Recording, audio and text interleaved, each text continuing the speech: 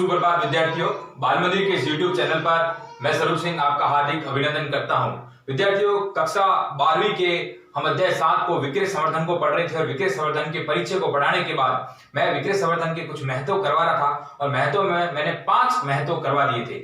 आज 3 महत्व रह गए थे, वो आज के इस लेक्चर के अंदर मैं 3 महत्वों को कराऊंगा और इन महत्वों को कराने के बाद मैं आपको जो आज के प्रतिस्पर्धा युग के अंदर विक्रय संवर्धन ने अपना स्थायित्व कैसे बनाया और तमाम प्रकार की इस गला काट प्रतिस्पर्धा यानी कि सबको काट कर आगे चलना वाली ऐसी प्रतियोगिता करनी ताकि अपना ज्यादा माल को अपन बेच सके और बाजारों के अंदर हमारा स्थायित्व हो सके, उसके लिए तमाम प्रकार की विक्रय संवर्धन के अंदर 2 विधियां चलती है, उपभोक्ता संवर्धन विधि और व्यापारी संवर्धन विधि के बारे में आज मुख्य रूप से चर्चा करूंगा। फिर उपभोक्ता संवर्धन विधि और व्यापारी संवर्धन विधि के अंदर किन किन चीजों को शामिल किया जाता है, तमाम प्रकार की उन बातों में अगले लेक्चर के अंदर अगला वीडियो बनाकर आपके सामने पेश करूंगा।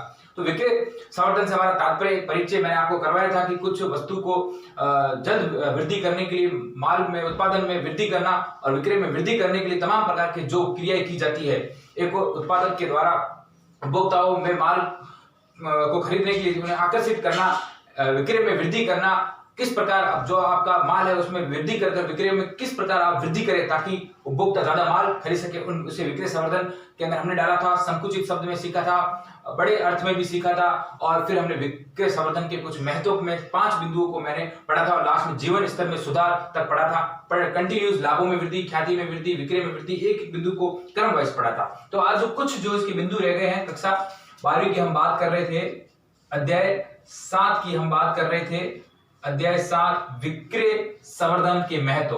विक्रय संवर्धन के महत्व में पहला जो बिंदु था विक्रय में वृद्धि करना, फिर लाभों में वृद्धि करना, फिर ख्याति में वृद्धि करना, फिर जिस प्रकार हमारे जीवन स्तर में वृद्धि हो जाती है, जीवन स्तर के बाद अगला जो बिंदु है हमारा प्रतिस्पर्धा पर विजय प्राप्त करना। विद्यार्थी प्रतिस्पर्धा यानी कि कंपटीशन और कंपटीशन पर हमें जीत कैसे हासिल करनी हो वो विक्रय संवर्धन के महत्व में हम समझ सकते हैं। आज का अगर हम युग देखें, जो आज का जो समय है ये बहुत ही प्रतिस्पर्धा का समय है। तमाम प्रकार के जब किसी क्षेत्र में ले लो, अगर आप शिक्षा के संदर्भ में भी बात करते हो तो भी बहुत बड़ी बेरोजगारी बढ़ गई है। कंपटीशन लाख से 12-13 लाख जब आवेदन आते हैं तब उसमें से 20-30 हजार लोगों को लिया जाता है। उसी प्रकार अगर हम मार्केट की बात करें तो अभी तमाम प्रकार की अगर हमारे विशेष संदर्भ की अगर हम बात करें व्यवसाय के संदर्भ में तो तमाम प्रकार की मार्केट के अंदर कई चीजें, हर एक मार्केट आ गई है और उस मार्केट के अंदर टिकना और उस मार्केट के अंदर रहना और अपने माल को बेचना, अपने ग्राहकों को जोड़े रखना एक गला काट प्रतिस्पर्धा है। इस गला काट प्रतिस्पर्धा में अगर हमें टिकना है तो हमें नए नए ऐसे कार्यक्रम करने पड़ेंगे, नए नए ऐसे प्रोत्साहन करने पड़ेंगे, नए नए ऐसे योजनाएं करनी पड़ेगी विक्रय संवर्धन के माध्यम से, ताकि हमसे ग्राहक हमें डायरेक्ट हमसे जुड़ सके और इस प्रतिस्पर्धा में हम रुक सके। तो ये प्रतिस्पर्धा पर विजय प्राप्त करना जो आज के युग में किस प्रकार हमें टिकना है और विक्रय संवर्धन के कार्यक्रमों के माध्यम से हम अपने संस्था, दूसरी संस्थाएं जो भी होती है उनसे हम प्रतिस्पर्धा कर सकते हैं, उनके हम प्रतिस्पर्धी या प्रतिद्वंदी बन सकते हैं। गौर कीजिएगा विद्यार्थियों, प्रतिस्पर्धा पर विजय प्राप्त करना। अगर जब हम देखें तो आज का युग एक प्रतिस्पर्धा का युग है। अगर आज के युग की हम बात करें तो इस युग में टिके रहने के लिए हमें प्रतिस्पर्धी बनना पड़ेगा। हमें ऐसे ऐसे नए नए कार्यक्रम, नए नए इनोवेशन, नए नए नवाचार करने पड़ेंगे विक्रय संवर्धन के माध्यम से, ताकि हम बने रहे, हमारा माल ज्यादा बिक सके और ग्राहक हमारे ओर आकर्षित हो सके। प्रतिस्पर्धा पर विजय पाने के लिए विक्रय संवर्धन की महत्वपूर्ण भूमिका रहती है। प्रतिस्पर्धा में अगर हमें विजय पाना है, इस कंपटीशन के अंदर अगर हमें जीतना है तो महत्वपूर्ण भूमिका विक्रय संवर्धन की इसके अंदर रहती है। विक्रय संवर्धन का महत्व, हम नए नए कार्यक्रम करते हैं, नई नई योजनाएं रखते हैं, नए नए ऐसे साजो सजा के माध्यम से हम विभिन्न प्रकार के ग्राहकों को अपनी ओर आकर्षित करते हैं। तो विक्रय संवर्धन की महत्वपूर्ण भूमिका रहती है अगर हमें प्रतिस्पर्धा पर विजय प्राप्त करना है तो। विक्रय संवर्धन के नए नए कार्यक्रमों के द्वारा संस्था अपनी प्रतिस्पर्धी कंपनियों से आगे निकल जाती है। हमें क्या करना है, ये देखो यहाँ गौर करें, विक्रय संवर्धन के नए नए कार्यक्रम बनाने हैं। अब नए नए कार्यक्रम तमाम प्रकार के हो सकते हैं, प्रीमियम पर, कूपन पर, सेल लगाकर, विज्ञापन कर, ऐसे कई तमाम प्रकार की ऐसी बातें होती है। नए नए कार्यक्रम हम जब करते हैं तो उन कार्यक्रमों के द्वारा हम दूसरी संस्थाएं, अपनी जो संस्था होती है वो प्रतिस्पर्धी जो भी कंपनियां हैं उस पर विजय प्राप्त कर लेती है, उनसे आगे भी निकल जाती है। ये प्रतिस्पर्धा पर विजय प्राप्त करना ये विक्रय संवर्धन का एक प्रमुख महत्व है, इसकी इंपॉर्टेंस है। उपभोक्ताओं के ज्ञान और विश्वास में वृद्धि करना। विद्यार्थियों, उपभोक्ताओं के ज्ञान, नाम से क्या, उपभोक्ता, उनके ज्ञान में और विश्वास में वृद्धि करना।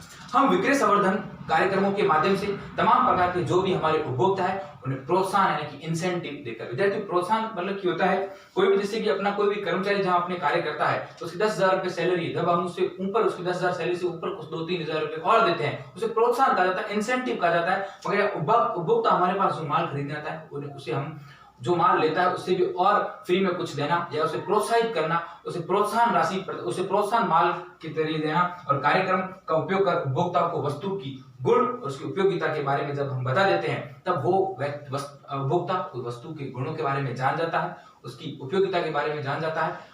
उसे जितना प्रोत्साहन ज्यादा मिलता है वो उसकी और उसका विश्वास ज्यादा बढ़ता है, तब उपभोक्ता के अंदर ज्ञान भी बढ़ता है और उस वस्तु के बारे में विश्वास भी बढ़ता है, तो अधिक वस्तु हमसे खरीदने की ओर अग्रसर होता है।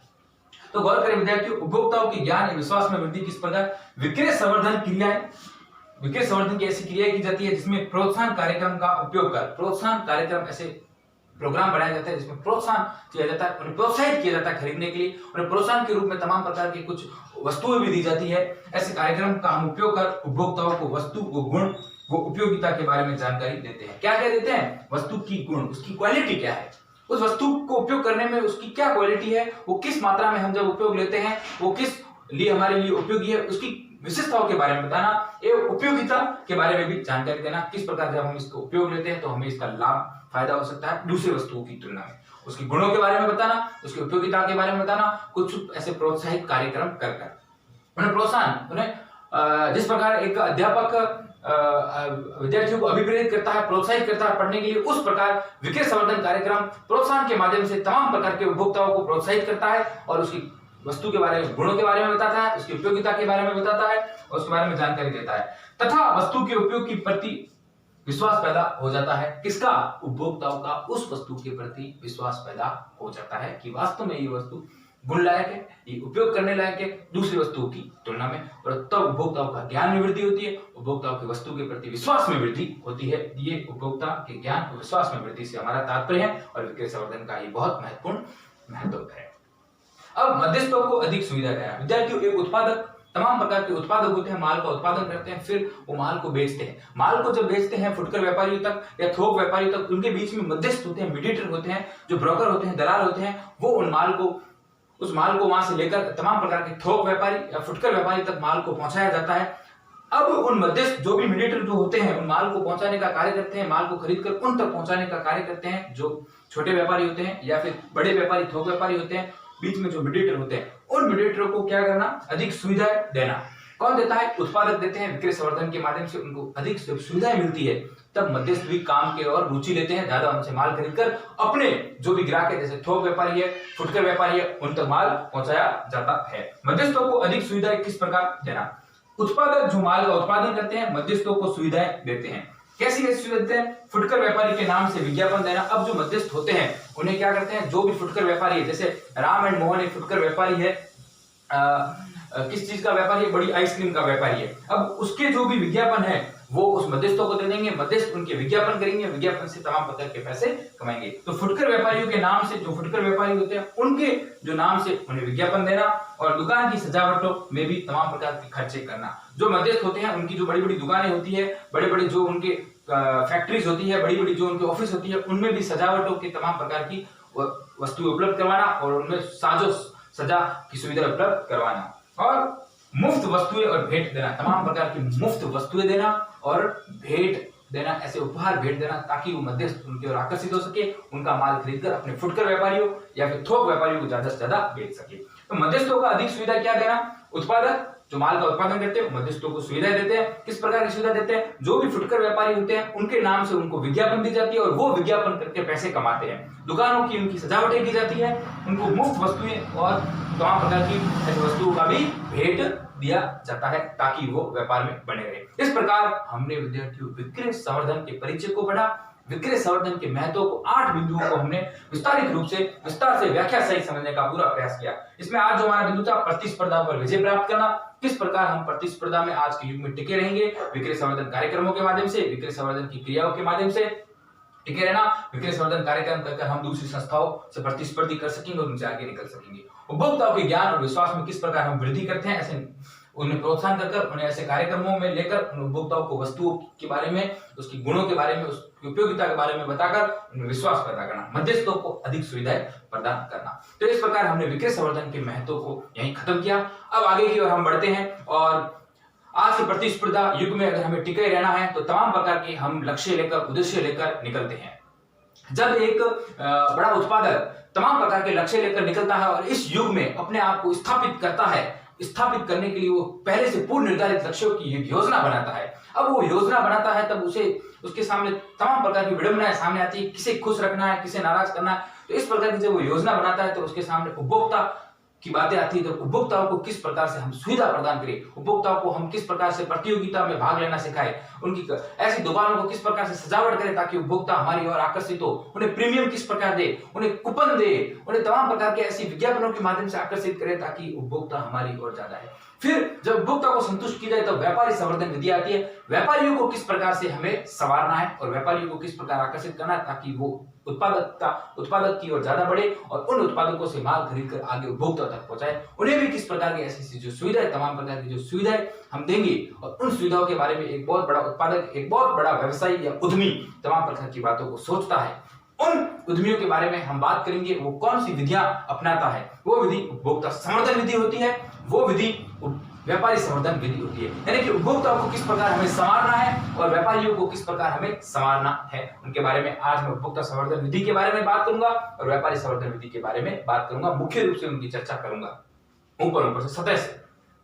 फिर इसके बारे में उपभोक्ता संवर्धन विधि के अंदर किन किन चीजों को शामिल कर हम उपभोक्ताओं को आकर्षित कर सकते हैं और व्यापारियों को व्यापारी संवर्धन विधि के अंदर हम किस प्रकार व्यापारियों को हम व्यापार से संवार सकते हैं, उसके बारे में हम अलग से मैं लेक्चर वीडियो आपके सामने प्रस्तुत करूंगा और उसमें व्याख्या सहित बात करूंगा। उपभोक्ता संवर्धन विधि में किन किन को शामिल किया जाता है और व्यापारी संवर्धन विधि में किन किन को शामिल किया जाता है, उपभोक्ताओं को किन किन चीजों का फायदा होता है और कैसे हम उसे आकर्षित कर सकते हैं और व्यापारी को किन किन चीजों से हम आकर्षित कर सकते हैं, व्याख्या से बात करूंगा। आज सिर्फ हम उपभोक्ता संवर्धन विधि को समझते हैं और व्यापारी संवर्धन विधि को समझते हैं। इस प्रतियोगिता युग के अंदर जब एक व्यवसायी या उत्पादक को टिके रहना है तो इन विधियों को अपनाना पड़ता है। तो गौर कीजिएगा विद्यार्थियों।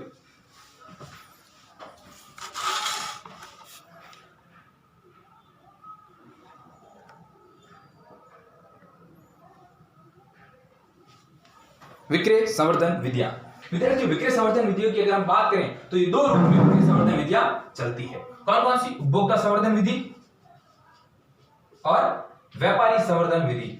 मैंने बात की उपभोक्ताओं को किस प्रकार संवारना है और व्यापारियों को किस प्रकार संवारना है। ये उपभोक्ता संवर्धन विधि है, किससे संबंधित होती है? नाम से उपभोक्ता है तो ये उपभोक्ताओं से संबंधित होती है, रिलेटेड होती है या संबंधित होती है। किससे संबंधित होती है? उपभोक्ताओं से रिलेटेड होती है, उपभोक्ताओं से ये संबंधित होती है।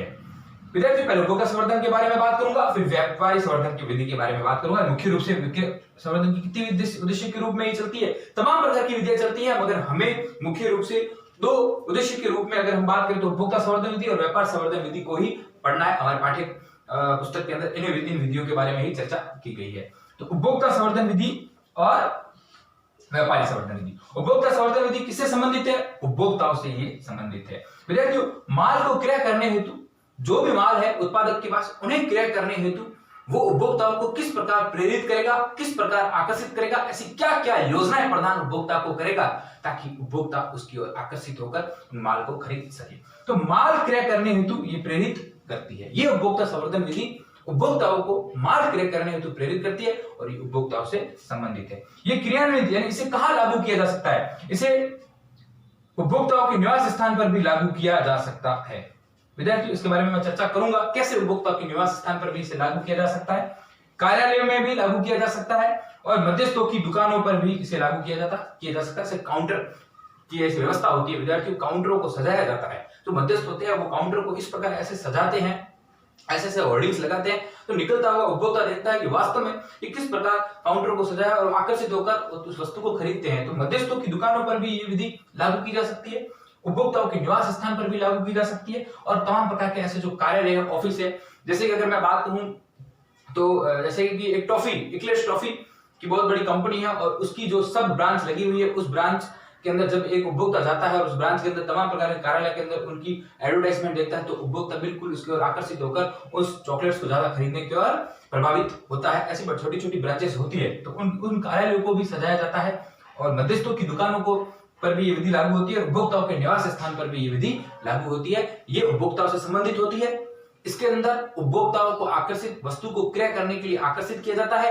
ये विधि कहां क्रियान्वित होती है? उपभोक्ताओं के निवास स्थान पर, कार्यालयों पर और मध्यस्थों की दुकान पर। इस प्रकार उपभोक्ता संवर्धन विधि से हमारा ये परिचय। अगली विधि, दूसरी विधि की अगर हम बात करें तो ये है व्यापारी संवर्धन विधि। व्यापारी संवर्धन विधि, अब व्यापारियों को हमें आकर्षित करना है। अब व्यापारियों को जब हम आकर्षित करते हैं, व्यापारी कौन होते हैं? जो बड़े उत्पादक तो माल का उत्पादन करते हैं और उनके बीच में जो मध्यस्थ होते हैं, जो वस्तु को खरीदते हैं, फिर वो वस्तु को खरीदकर थोक व्यापारियों या फिर फुटकर व्यापारियों को प्रदान करवाते हैं, तो ये मध्यस्थों से संबंधित होती है। अब मध्यस्थ कौन हो सकते हैं? थोक व्यापारी मध्यस्थ हो सकते हैं और थोक व्यापारी खरीद कर फुटकर व्यापारी को भी माल दे सकते हैं। तो ये मध्यस्थ थोक व्यापारी हो सकते हैं और ये फुटकर व्यापारी भी हो सकते हैं। उत्पादक क्या करेगा? वस्तुओं का उत्पादन करेगा और मध्यस्थों को वो आकर्षित करेगा अपनी ओर। और मध्यस्थ वो कौन होते हैं? थोक व्यापारी होते हैं और फुटकर व्यापारी होते हैं।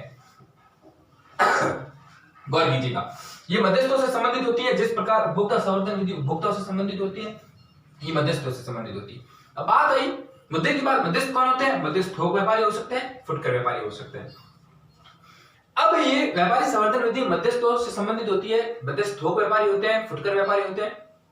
उन्हें ये आकर्षित करती है ताकि वो माल को क्रय करें। वो माल को क्रय करके फिर आगे उपभोक्ताओं को विक्रय करें, उपभोक्ताओं को प्रोत्साहित करें, उपभोक्ताओं को इस प्रकार प्रोत्साहित करें ताकि ये फिर विधि वापस यहाँ लागू हो जाती है कि उपभोक्ताओं को वो ये जो थोक व्यापारी और फुटकर व्यापारी उपभोक्ता संवर्धन विधि को अपनाएंगे, किस प्रकार उपभोक्ताओं को प्रोत्साहित करें ताकि उपभोक्ता खरीद सके। पहले हमें मध्यस्थों को, व्यापारी संवर्धन विधि में मध्यस्थों को या फुटकर व्यापारियों को आकर्षित करने के लिए तमाम प्रकार के ऐसी कार्यक्रमों को करना होगा ताकि थोक व्यापारी और फुटकर व्यापारी आकर्षित हो और माल को क्रय करें और माल को क्रय कर आगे फिर उपभोक्ताओं को वो बेचे, उपभोक्ताओं को बेचे।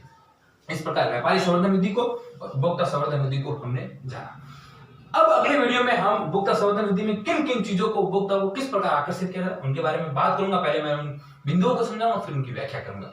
इस प्रकार व्यापार संवर्धन विधि की बिंदुओं को समझाऊंगा, उसकी व्याख्या करूंगा। धन्यवाद विद्यार्थियों। इस प्रकार हमने आज विक्रय संवर्धन के महत्व, उपभोक्ता विक्रय संवर्धन की जो विधियां हैं, उपभोक्ता संवर्धन विधि और व्यापारी संवर्धन विधि के बारे में चर्चा की।